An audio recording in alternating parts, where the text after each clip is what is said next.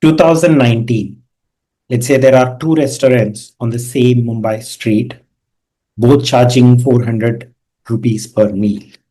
One is called the Butter and Cream Palace. The other one is called Fresh and Spice Kitchen. Butter and Cream Palace is packed with customers, 4.5 stars, known for rich gravies, butter chicken, dal makhani. Fresh and Spice Kitchen, on the other hand, is struggling, just 3 stars, known for tandoori, grilled items, and lighter curries. If you had to invest 10 lakhs in one restaurant, what would you choose? Well, the obvious choice would be the first restaurant, Butter and Cream Palace, because of how it is doing, right? But let's say in 2023, things have changed. You know, Indian customers have become more health conscious. There is more influence on Indian customers. There's more awareness. And let's say the story flipped. This time, Fresh and Spice Kitchen is grabbing all the headlines. It's picking customers from different places. It's got more 5 stars now, right? Now, this change you could explain because you know that the customers' preferences have changed, right? So you know already this fact. So you can clearly say this has happened because of this. That is the factor that was causing this change. Now, let's look at the same example or the same template from a perspective of mutual funds. Let's say fund A has been doing well in a certain time period, and fund B started doing well compared to fund A in another time period. How will you explain this difference? Well, welcome to another interesting topic. Today, I'm going to discuss about factor regression, which will slice and dice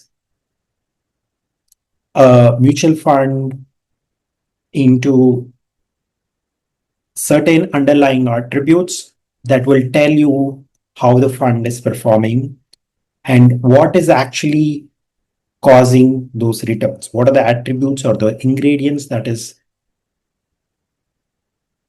causing these kind of returns? So let me start with what is factor regression. I'll then take you through what are the different use cases that can be solved through factor regression. And finally, I'll end with a practical way to do this in Google Sheets.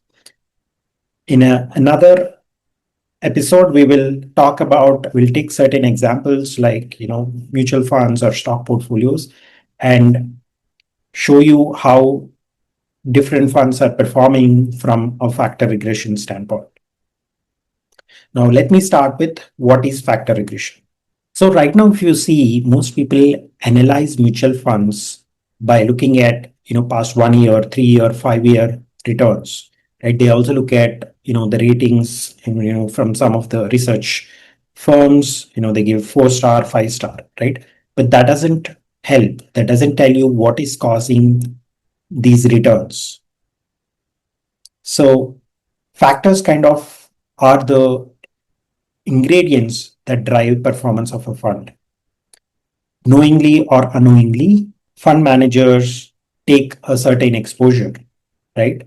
And not just with mutual funds. Let's say you build a stock portfolio, and we can actually do a factor regression on your stock portfolio as well, right? So essentially, anything that has a NAV or a NAV can be regressed using factors. So that ways we can clearly understand what is driving that portfolio, right? Well, you might not be doing this consciously in the sense that you might be just, picking these stocks, looking at the financial reports. Maybe you are look at what the media is saying about it. Maybe you just heard about this from your friends. So you're picking stocks in a certain way and investing in them.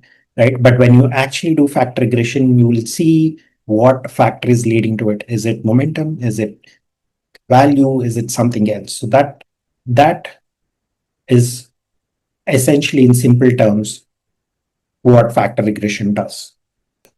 I want to give you an overview of the factors that we use primarily in a factor regression. You can use any factors. There are hundreds of factors. There is a factor zoo, which tells you, which comes with loads of factors. But for practical application, I'll talk about just 6 factors that we use primarily in factor regression. And just to understand how factor regression has emerged over time, I would want to take you back to the CAPM model, also called capital asset pricing model. So in the CAPM model, the core philosophy is simple, right? It essentially says that everything or all the extra return that you get from a stock or a portfolio is coming from taking equity risk or market risk premium. And this is measured through what is called beta. And beta measures how sensitive that portfolio or the stock is to market movements. Now, investors noticed something weird. They weren't able to explain everything through capital. Two stocks with the same beta were giving different returns. So that's when factors came into picture. So let me talk about what are the factors that we use in factor regression. When we actually look at the example in Google Sheets, these are the factors that we will look at. So the first one is the market factor. I already explained what a market factor. It's like the rising tide lifts all boats effect.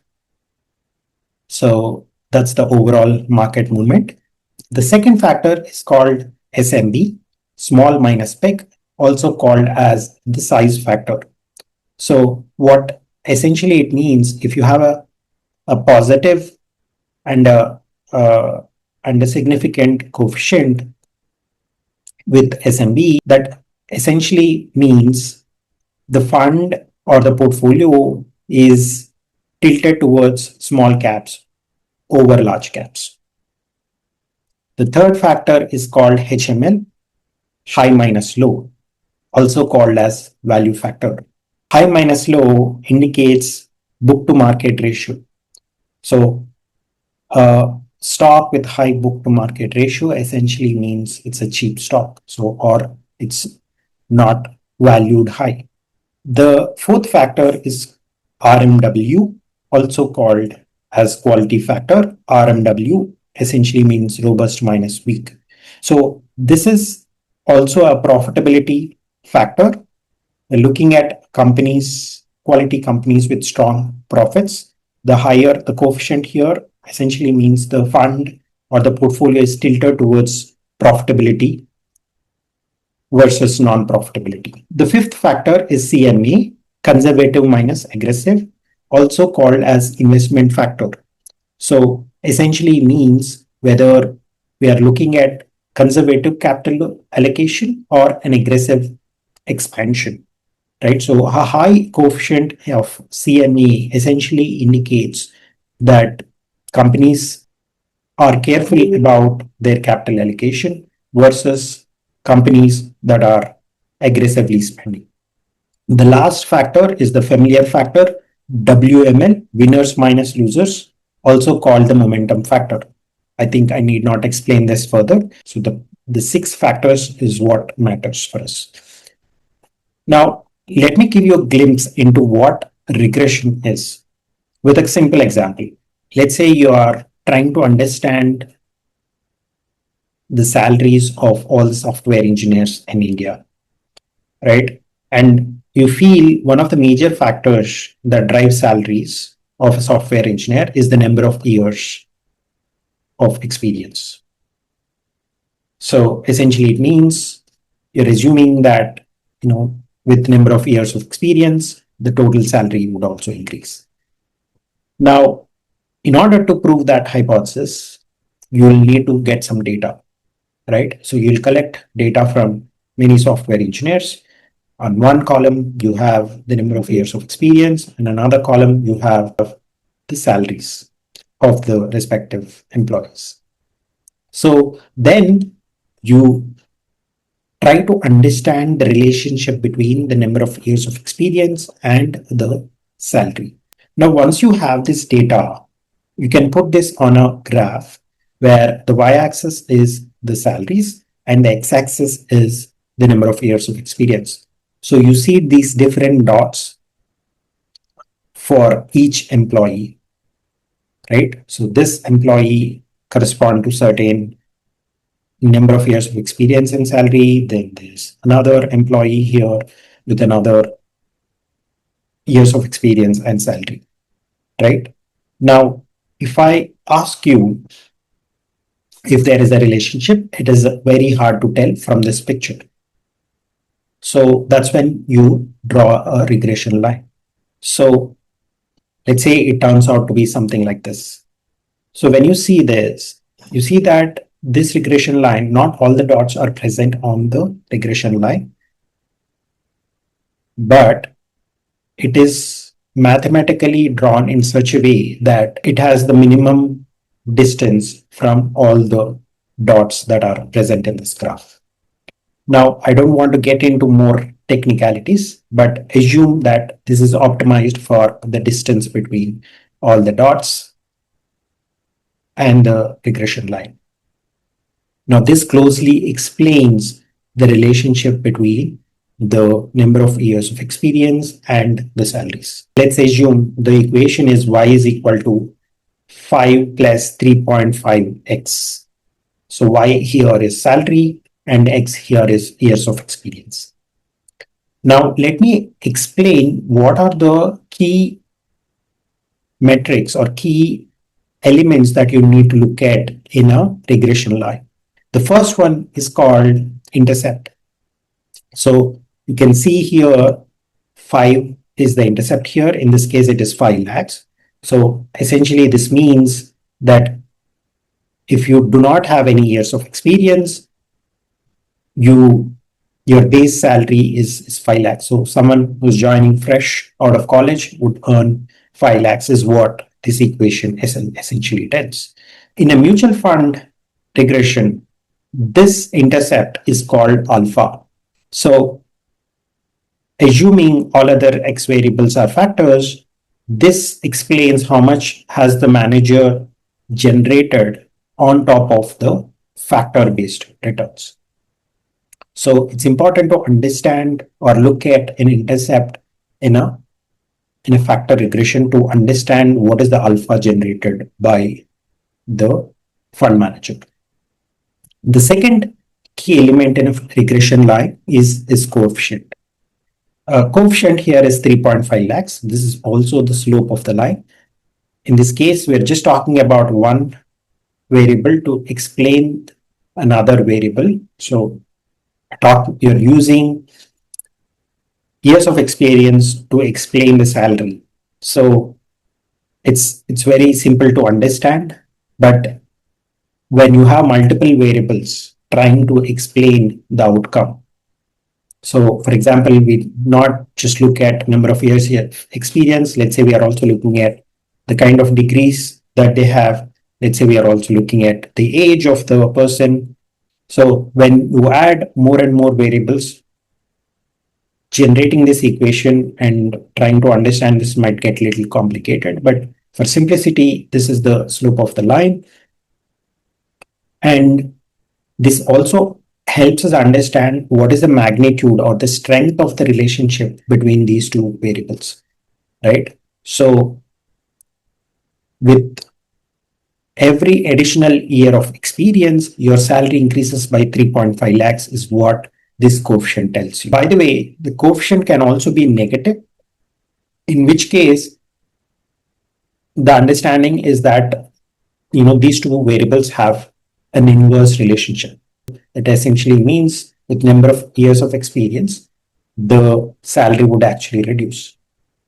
And in a factor regression, when we do this in a mutual fund scenario, each factor will have its own coefficient, You know, we try to understand the market beta, try to understand the coefficient for size, coefficient for momentum, value, and so on.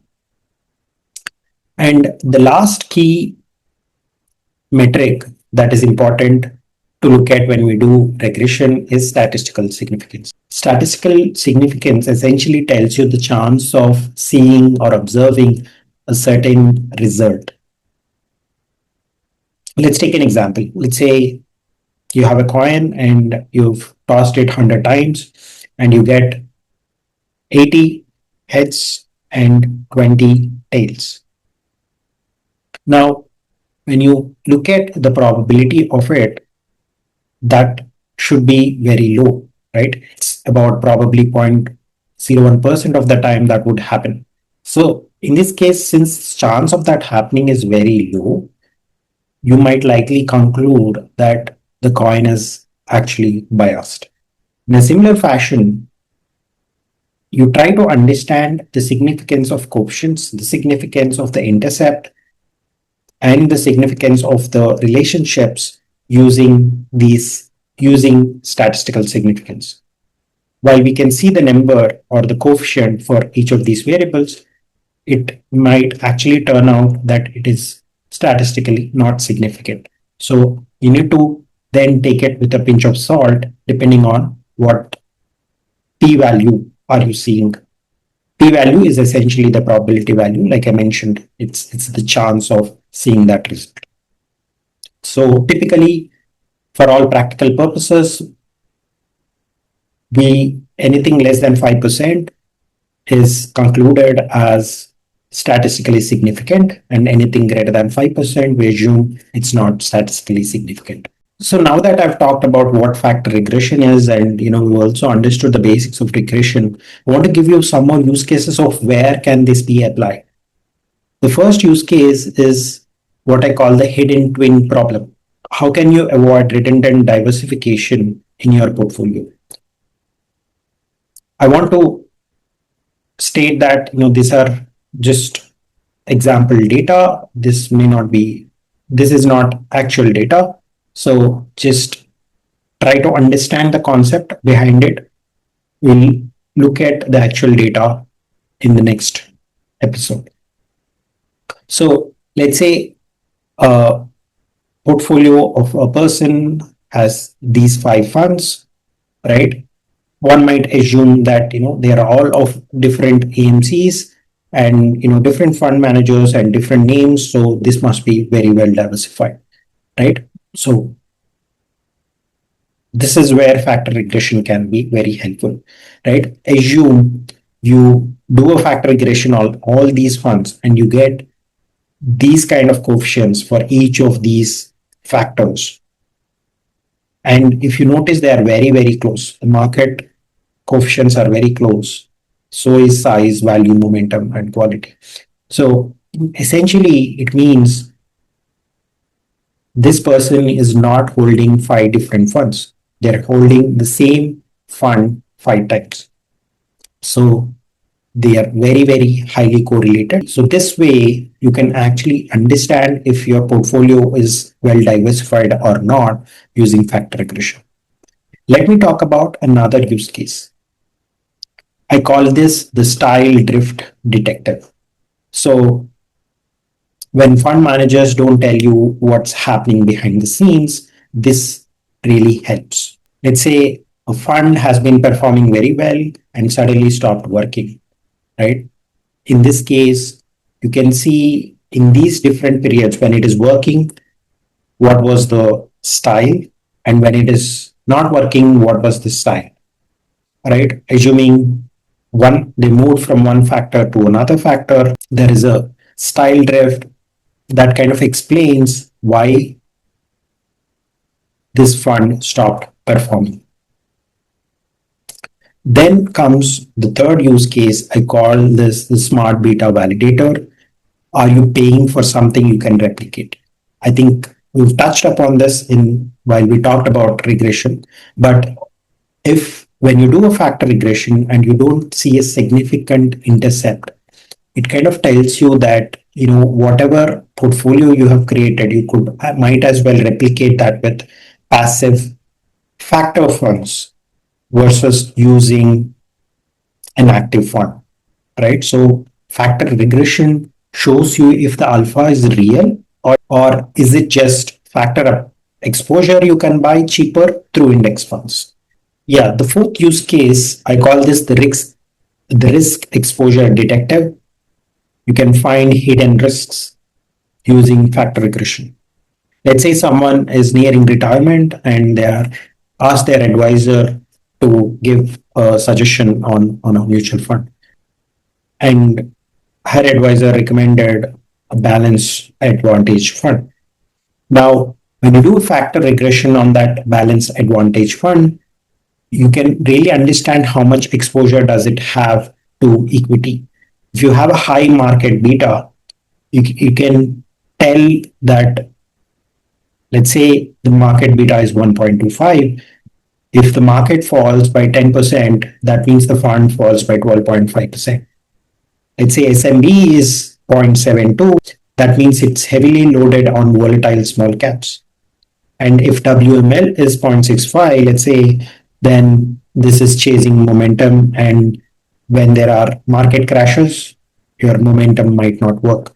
So when you actually peel the onion, you can understand whether the fund has actually any hidden risks by using factor regression. So overall, these are some of the examples that will help you understand more about the underlyings of certain portfolios, certain mutual funds with the help of factor regression. Now let me take you through practically how can you do this just on Google Sheets. If you go to investpower.com/research, right, this is a website that is created by our own Rajan Raju. He has kind of consolidated all the factor loadings, factor related data here at one place. So the data that I'm going to use here right now in this video is coming from this file, from a French 5 plus momentum factor. So you can download the CSV here. You can assume that is the rate that you would get from treasury bonds or treasury bills or government securities. Now, what I would do is add MF return, subtract the risk-free rate from it, and also subtract risk-free rate from the market return. So this is the Y variable. We're trying to understand the mutual fund return, right? And we're using all other factors to explain the returns of the mutual fund, right? So all others will be X variables and this one would be our Y variable.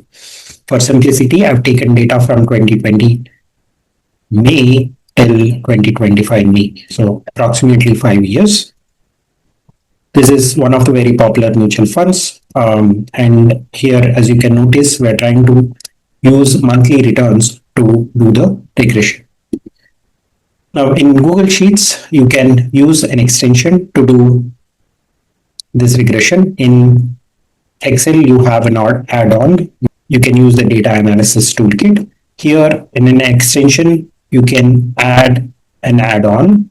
It's called the analysis toolkit. So you can actually search for Excel minor analysis toolkit. This is the one. I've already installed this.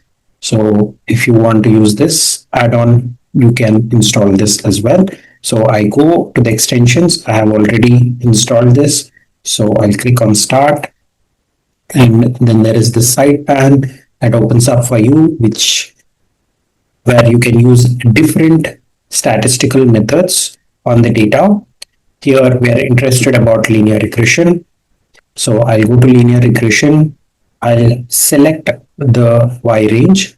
So the Y variable is the mutual fund return minus risk-free rate here. So I'll just select that. Let me actually select along with the label. I'll click on it here. So your column is selected. Now I will select the rest of the X variables. I've selected them and you click on it, will automatically point to that selection. So B1 to G62. I will select this because the labels are selected. Confidence level is 95%. So anything less than 5% is only considered as significant. So once you've done these selections, you select a cell for the output range. So let me click here and click here. So output range essentially asking you where you want to paste our output. So I want to start it from here. So clicked on J1, just click on OK. It might take a few seconds before you get the result. So there you go. You got the result here already. This is the output. You can see all the terms that I've explained to you already. You can see the R square here, which is nearly 88%. So it essentially means you can explain 88% of the returns of the mutual fund through this regression. Now you can look at the coefficients here. This is the intercept. This tells you what is the alpha that is being generated. Then here it will tell you the strength of the relationship with the size factor, the value factor, and so on and so forth. The sign of the value indicates the direction. So positive means small caps exposure, negative means a large cap exposure for this fund. Then next, you can see the p-value to understand which of these variables have a statistically significant relationship. So let me actually turn this into percentages. And so now you can clearly see what variables are statistically significant in terms of the relationship. So anything less than 5% should be good.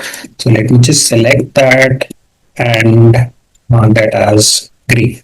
So RMW, which is robust minus weak, the quality factor, and winners minus losers, the momentum factor, both seem to be not statistically significant. So we can ignore them for this mutual fund and consider all other numbers here.